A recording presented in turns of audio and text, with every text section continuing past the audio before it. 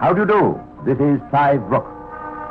Have you ever thought how often criminal trials hinge on the questions of identification? The more one reflects on this point, the more one marvels at the really extraordinary powers of observation and memory that the most unlikely people seem to possess. For instance, a murder has been committed, and a passerby has seen a man hurry away from the scene. It's probably nighttime, and he's had no more than a glimpse of somebody under a street lamp.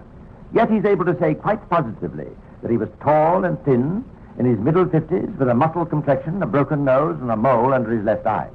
Moreover, he's able to describe his dress, right down to his boots. Not only does he tell the police this, but he swears it again in court. Now, this is very good if it helps to send a guilty man to the gallows, but even with the best and most honest intention, anyone's liable to make a mistake, and a mistake of that kind may have tragic results. Let me tell you of such a case, and how only the merest fluke saved a grave miscarriage of justice.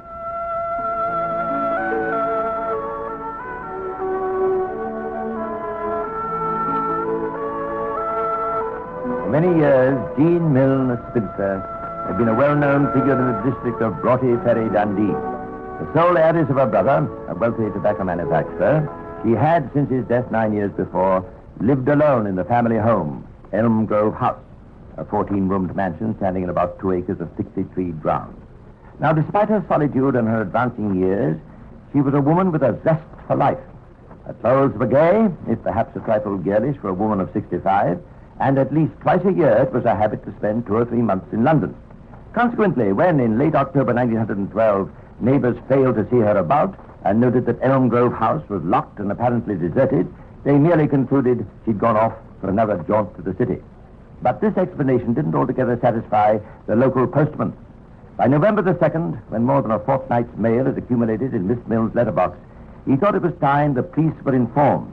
The local sergeant, I regret to say, did not at first take his report very seriously. Oh, man, what are you worrying about? Suppose she's not been home for a fortnight. You ought to know her ladyship's habits by now. She's gone gadding off again, I'll be bound. Well, that's what I'm trying to tell you. Every time she's gone off before, she's let me know and left her forward in the drift. Maybe she forgot this time or left in too much of a hurry to see you. Ah, but if she had, don't you think she'd have written to the post office? Well, perhaps it's just... And I'll tell you something else, Sergeant. When she's gone away afore, she's always had a word to Constable Bruce on the beach so he'd keep an eye to the empty house. And she's not done that this time? No, she's not. Mm-hmm. And it's my opinion it's your duty to make a few inquiries. Living in that big house all by herself, the woman might be ill or dead for all we care. Well, I'll talk to the constable when he comes in and we'll see what's to be done. Next morning, the 2 policemen went to the house. All the doors and windows were locked. There was no sign of life. For 5 minutes or more, they rang the bell and thumped on the front door. There was no response. All right. That's enough. It's obvious there's no one there. What are we going to do now, Sergeant? We'll have to force an entry, I suppose. Here, I'll break this window.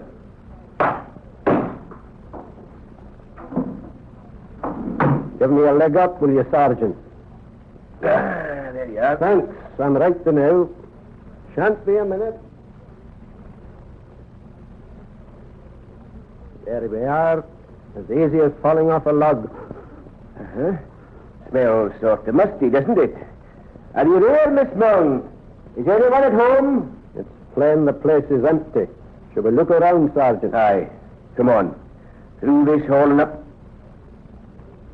Why, what is it? Good God, it's Miss Milne. Aye, all that's left of her, you mean? Look at those wounds about the head and all the blood stains. And the furniture upset and that poker. It's murder. Aye, and by the look of things, it's happened a long time since. What do you suppose we should do? Don't touch a thing.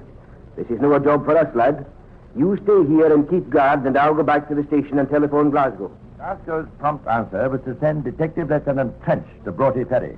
By the way, 3 years earlier, Trench had become famous for his handling of the Oscar Slater case, and he was recognized as the most capable detective in Scotland. His first task was to establish the approximate date of the crime. When would you estimate death took place, Doctor? It's hard to be precise, but I should say about 3 weeks ago. It's now November the 3rd. That would take us back to, about October 13th, eh? That's right. How did that tally with your inquiry, Sergeant? Well, sir, the earliest letter in the mailbox was dated October the 14th. Miss Milne was definitely seen alive at a home mission meeting in Dundee on October the 15th. But there was no response when Mr. Kinnear, he's an elder in St. Andrew's Churchyard, called here at the house to see her the following day. It seems reasonable to presume she was killed either on the evening of the 15th or the morning of the 16th. That would seem to be right enough, sir. Good. I wanted to send some of your men out. They're to interview everyone in the neighborhood and find out if anyone saw Miss Milne or anyone else about the house during that period. Yes, sir. I'll attend to that at once, sir.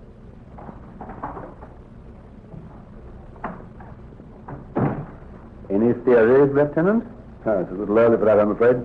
However, there are a few obvious points that suggest it was a man with whom Miss Milne was on friendly terms. How do you work that out? Well, in the first place, the dining room was set for high tea for two. That rather suggests the evening of the 15th as the time, doesn't it? Yes, it does. In the second place, although I understand she was a teetotaler herself, Miss Milne, on the morning of the 15th, had her grocer deliver a bottle of whiskey to the house. When she gave the order, she explained she was expecting a gentleman friend to tea. She may only have said that, of course. She was a little inclined to romanticize, you know. Yes, even so. In the third place, since no entry to the house was forced, we must presume she let the murderer in through the front door. And he duly let himself out the same way. In the fourth place, no money or jewelry appears to have been stolen, which rules out the theft motive.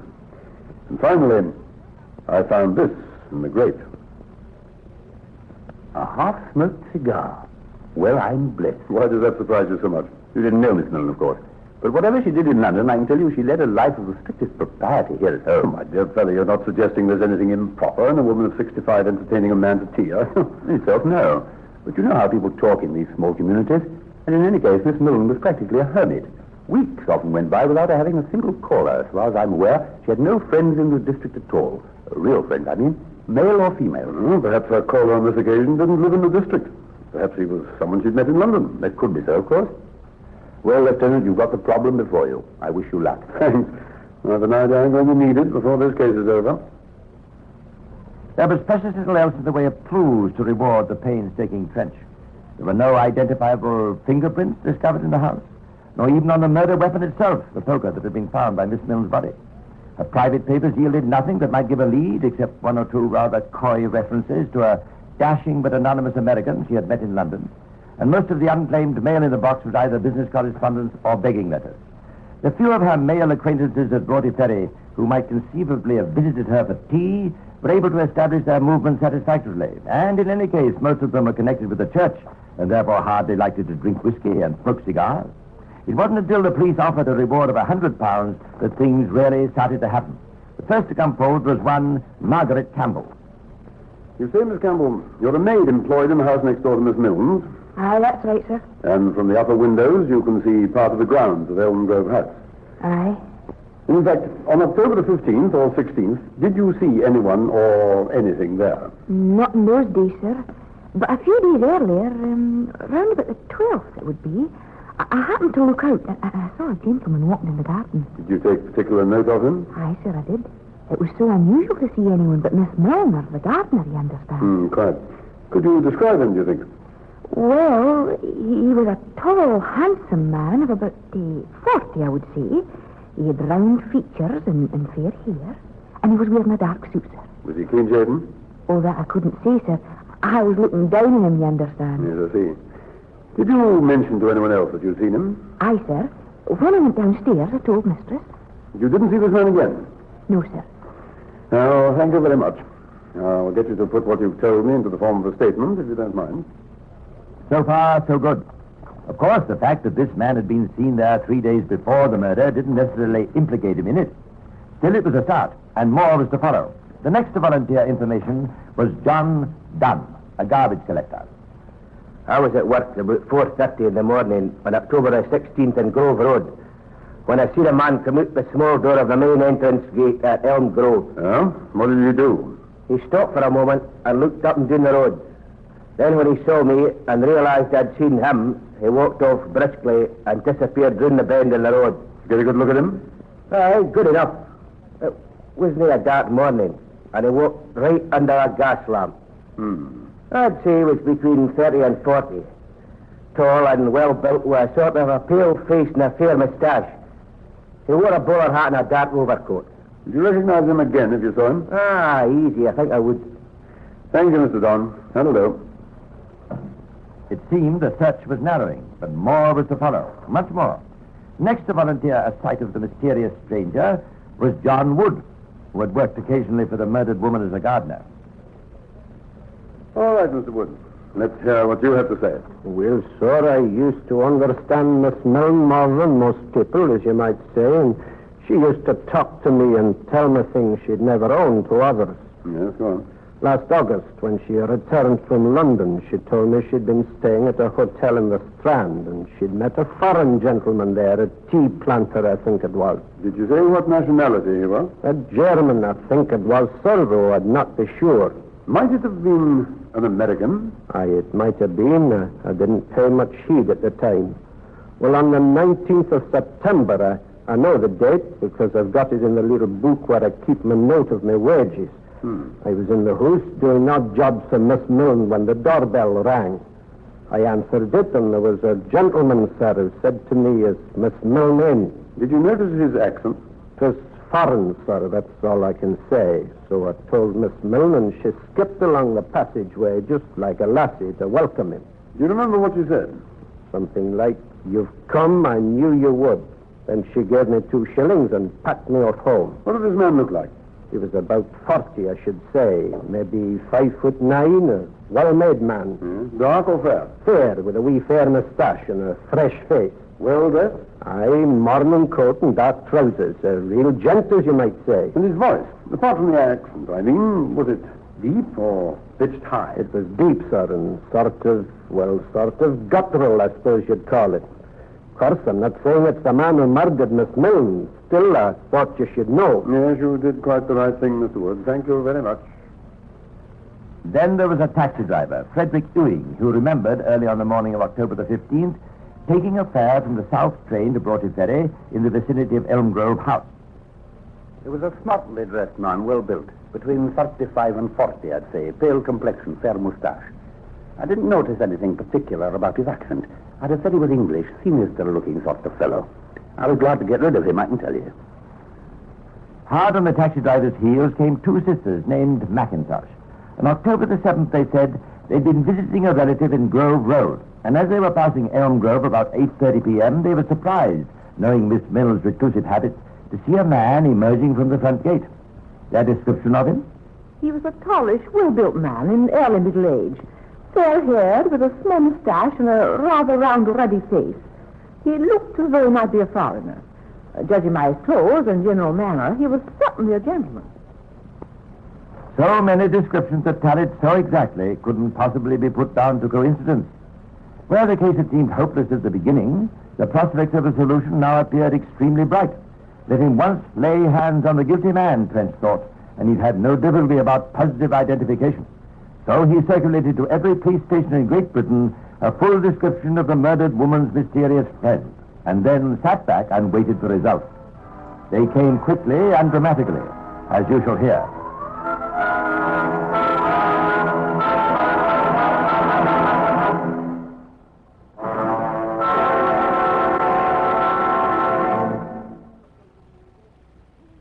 While in Dundee, investigations into the murder of Jean Mill were proceeding, in Maidstone jail, serving a short sentence for having obtained a meal at a hotel without the means to pay for it, was a man who had given his name as Charles Warner, and his address as 210 Wilton Avenue, Toronto, Canada.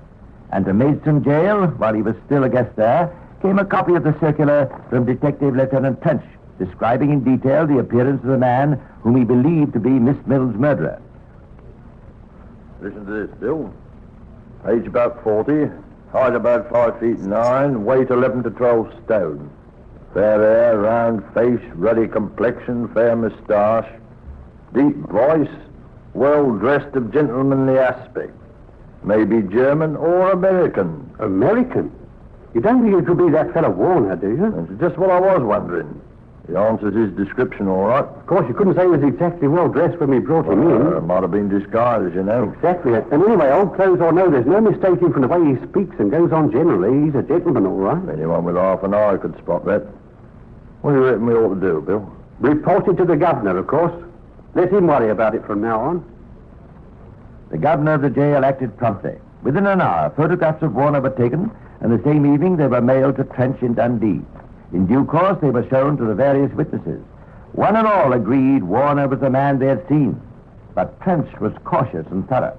Determined to make sure before he took positive action, he arranged for 5 of his witnesses to travel down by train to Maidstone. They were Margaret Campbell, the maid, John Donne, the garbage collector, John Wood, the gardener, and the 2 Mrs. Mackintosh.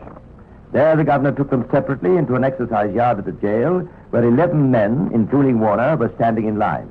First came Margaret Campbell. Now, Miss Campbell, I want you to look carefully at these 11 men, and I want you to tell me if you recognize any one of them as the man you saw in Miss Milne's garden. Aye, sir, I'll do my best. Well, it's not the tall one in the line. Nor again the one next to him, sir. Nor the next. It's awful harsh when they've all got their hats on, sir. The man I saw was bareheaded. Well, we'll soon fix that. Take your hats off, please. Well, young lady, does that help you? Aye, sir. I know I'm right enough now. It's this one. You're quite sure of that? Well, his hair's a shade greyer than I thought it was, but I can't forget his eyes. Thank you. That's all I want to know. Then John Donne, please. And so it went on. One by one, the witnesses came into the yard, inspected the lineup, and identified Charles Warner as the man they had seen at Elm Grove House.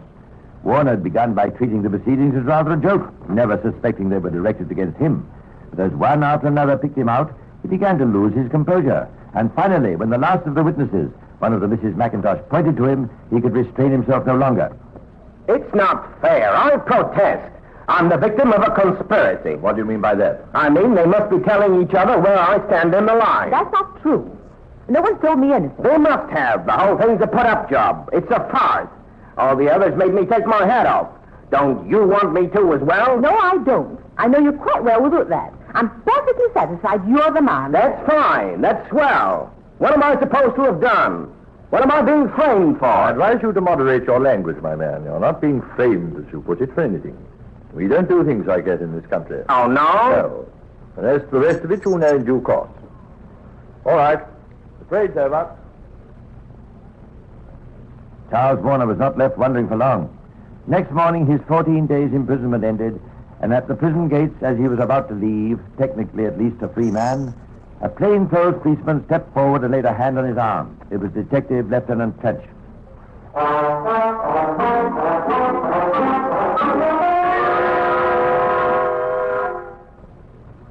Charles Warner? Sure, that's me. I've a warrant for your arrest. Well, for Pete's sake, what am I supposed to have done? You're charged with that on or about the 15th of October at Broughty Ferry, Dundee, you did feloniously murder one Jean Milne. You're crazy. I've never been in Dundee in my life, and I've never even heard of this Dame Milne, or whatever her name is. You've no need to make a statement now. It's my duty to warn you that anything you say may be taken down in writing and used in evidence. Okay, I get it. But someone's going to be sorry for this in a few days. I'm warning you right now. I'm warning you. During the long train journey on the way up to Dundee, Trench had a good acquaintance with his prisoner and to form some opinion of his general character. He couldn't help being impressed by what straightforwardness and frankness. Still, as Trench well knew, these are characteristics common to many murderers. So he allowed the fact unduly to influence him. Although under no obligation to do so, Warner gave a full account of his recent movements. You say you've been on this side of the world for about 4 months, Warner. Sure, that's right. What brought you here in the first place? Did you have some prospect of a position? No, I just got kind of sick of staying around at home in Toronto, so I thought I'd like to have a look at Europe. Just a holiday visit, eh? Yeah, I had a few dollars of my own, and my brother offered to stake me when that ran out. So it seemed like too good a chance to miss. And what have your movements been since you came here? Well, first I landed up at Le Havre. Then I went to Paris and spent 6 or 8 weeks there. When did you first come to England? Round about the first week in September. Are you sure you weren't here in August, staying at the Strand Palace Hotel in London? Sure, I'm sure. Where did you stay in London? Oh, some little John in Bayswater. I forget the name. And after that? Well, things got a bit tough. My money ran out, you see. How about the allowance your brother was going to send you? He died in the meantime, so I couldn't count on anything from there. I see. So what did you do? Well, I heard some talk of jobs that were going in Liverpool, so I went up there. I stayed in a boarding house at Seacombe. But there was nothing doing in the way of work, so I stayed away on a ship and had a look at Holland and Belgium. When was this? Around about the middle of October, I guess. And what cities were you in? Amsterdam, mainly, and Brussels and Antwerp. What were you doing? How did you manage to live without money? Oh, I picked up a few pence here and there doing odd jobs. Most of the time, I slept in parks. And when did you return to England? Around about the end of October. I wouldn't be sure of the date. Then I figured it was time I stopped hoboing around and went home to Canada. I thought if I walked south, I might pick up another ship and work my way home as a stoker or something. Instead of which you finished up in Maidstone jail, eh? Sure. When I was passing through Tonbridge, I thought I might be able to bluff my way to a free meal, but I thought wrong. And there you have it, Lieutenant. The full history of Charles Warner. You can check on it if you don't believe me. But that was not the trouble. It seemed a simple and plain enough story, and yet it was shot through and through with gaps. There were whole days during Warner's stay in Liverpool, for instance. They could not be accounted for. Days on which he might easily have gone north to Dundee. There was a whole period of his second visit to the continent. When Trench reported progress back to his chief in Glasgow, he was plainly worried about the whole affair. I don't know, sir. It's just about got me bamboozled. What's the trouble, Trench? Well, sir, I've always prided myself on my ability to read a man's character. You wouldn't, of course, I'd be prepared to stake a month's pay Warner isn't a murderer. And yet? And yet, sir, there are those gaps in his story. He may be telling the truth, and he may not. We've no means of finding out either way. And, of course, the evidence of identification. Yes. You might expect one person to make an honest mistake, but 5? Well, I mean, you can't ignore overwhelming evidence like that. Well, there are people who are supposed to have seen this mysterious stranger in the neighborhood of Broughty Ferry. Oh, any amount of them. There was a taxi driver, for instance, who took a fare to Grove Road on the morning of the murder. There were some children who say they saw a man coming out of Miss Milne's house. There was a barber who says he shaved a strange man. There were 2 ladies who claimed to have seen Miss Milne with a man in London. And there was a post office clerk who declares a man was asking his way to Elmgrove House. There was a workman travelling on the car from Broughty Ferry to Dundee on the morning after the murder, who reported he'd seen another passenger behaving in a suspicious manner. In fact, if Warner is the man we're looking for, he's managed to get himself seen by almost every president. Why don't you call all these witnesses in and see if they can identify him in a lineup? Do you think it'll prove anything, sir? It might. You never know. All right, sir. I'll do it. And so on November the 29th, Warner was paraded before no less than 22 fresh witnesses. We don't know the exact figures, but we do know that at least half of them positively identified him as a man they had seen. By now, the accused man was becoming desperate. I tell you they're mistaken, every one of them. You've got to believe me, Lieutenant. You're arguing against a great weight of numbers, you know, Warner. Maybe so, but they're mixing me up with some other guy. You're double, eh? Well, why not? Things like that do happen, don't they? Yes, on rare occasion. Couldn't this be one of them? Look, bring me a stack of Bibles and I'll swear to you on the whole lot of them that I'm not guilty of this crime. I've never murdered anyone in my life. Until you brought me here, I'd never been north of Liverpool in my life. And I've never clapped eyes on Jean Milne in my life. You ought to know when a guy's telling the truth. Can't you see I'm not lying? I don't know. I don't know what to think. You say you were in Antwerp the day Miss Milne was killed. If only you could prove that, you'd be clear. But how can I prove it? I've already told I was broke, scrounging a few odd sous here and there and sleeping in the park. Sure, there must be someone you spoke to that day. Something you did that could be checked on. Something to prove your story. Think, man. Think. Oh, I thought I'm almost crazy. But till there's nothing, not a thing. Well, I'm afraid there's nothing I can do to help you. If you are innocent, Warner, you've got yourself in a most incredibly tight corner. You're telling me. 5 weeks passed with Warner still in jail. Then, on the 3rd of January 1913, Penn came to him with news. I'm sorry, Warner, but the Procurator Fiscal of Dundee has completed his case against you. What's that mean? It means you're to stand your trial tomorrow week. Oh, I suppose they've got quite a swag of evidence against me. I understand something like 100 witnesses are to be called. Their word against mine. I don't suppose I'll have a show. Frankly, I don't think so. Unless you can find some way between now and then of proving you were in Antwerp on October the 15th. Ah, what's the good? We've been over that again and again. Well, if you do think of anything, some person you might have talked to, some documentary evidence, a piece of paper, for instance. Wait a minute. What is it? A piece of paper. That's it. I think I got it. When I came in here, the police took an old wallet from me. Where is it now? Well, they're holding it for you, I dare say. Would I have a chance of getting it, do you think? Oh. In fact, I'll go out to the charge room now and collect it myself, if you like. Within 5 minutes, the wallet containing a miscellaneous collection of papers was in Warner's hands. He sorted through it with feverish haste, his hands trembling with excitement, his eyes gleaming with a new hope. And then, at last... Here it is! I know I've kept it! Oh, what is it? Look for yourself. On the 15th of October, I was so dead broke, I pawned my waistcoat in Antwerp for a franc. This is the ticket, and it's got the date on it. You're right. I'll be back in a couple of days. Hey, where are you going with that ticket? To Antwerp, of course. Check your story. And redeem your waistcoat.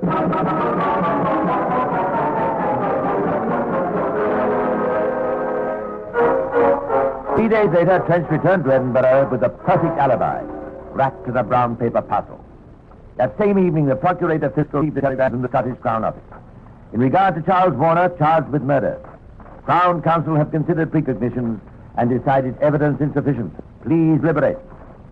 And so ended the ordeal by identification of Charles Warner, an innocent man against whom more than a dozen honest witnesses were prepared to swear evidence that would have sent him to his death. And who did kill Jean Milne? That was never resolved, and her case remains today and is likely to remain in the file of unsolved crime. Well, that's all for now, but I'll be back again soon to tell you some more of the secrets of Scotland Yard. Meanwhile, this is Clive Brooks saying goodbye and pleasant dreams.